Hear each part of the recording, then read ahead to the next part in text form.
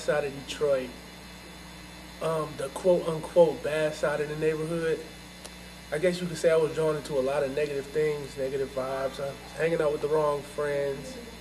I was doing the stupid stuff that people talk about on TV. So one day, about almost 5 years ago, well, I think it was 4, Pastor John came up here to this church, and he started a little pizza church thing. And before you knew it, kids from the neighborhood from all around started coming around. And it became, I guess you could say it became a place for the kids. It became a place of refuge, a place to get away from everything else. So, I started coming here. It wasn't that big a deal for me. I came, ate a slice of pizza, and then I was back out the door. But a few years ago, life hit me really hard, if I could say it that way. I've been through a lot in these past 5 years of my life, and I realized growing up that you have to change. You can't stay the same way you think you're gonna stay. You have to set priorities for yourself. You have to set goals, and you have to move on past the stuff that you used to do.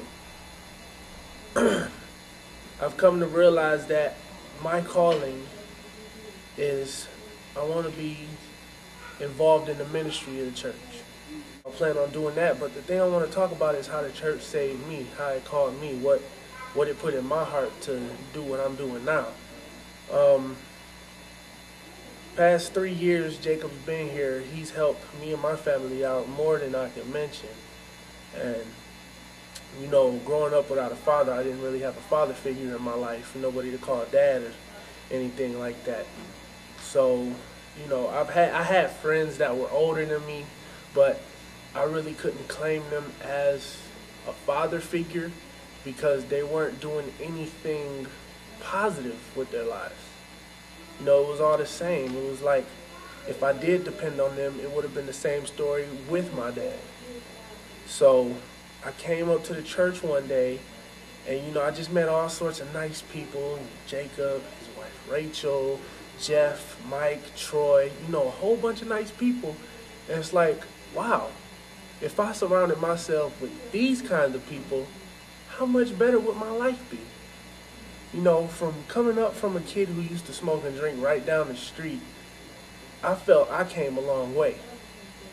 And now that I'm into music, I've done a couple ministry of music in the church, and I've done a couple rap songs, and the kids love it. It's okay to listen to a song that ain't got the N word or the F word every other sentence.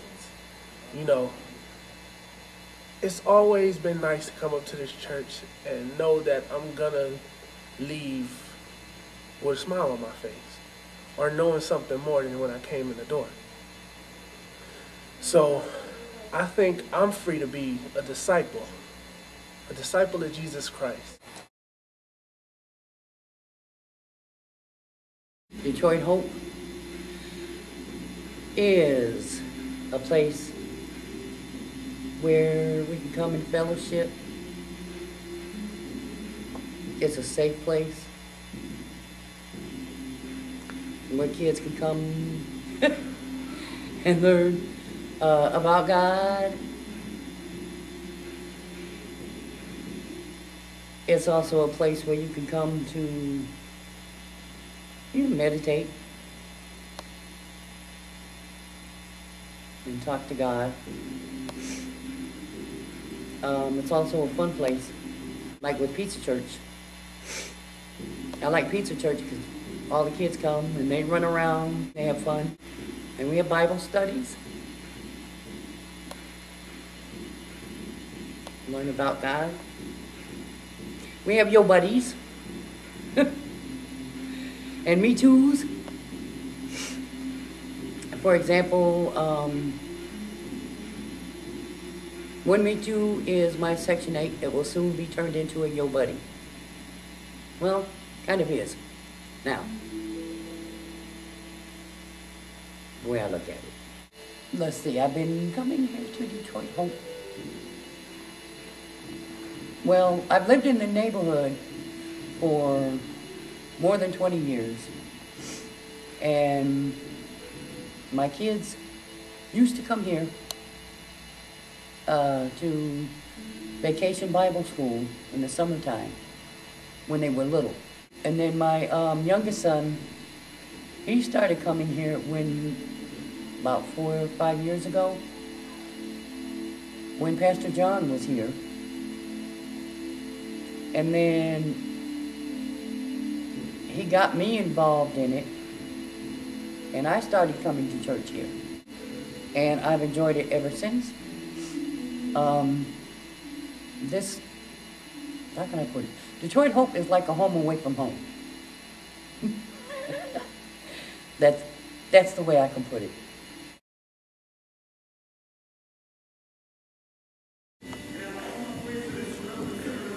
I follow Jesus because it's the right thing to do.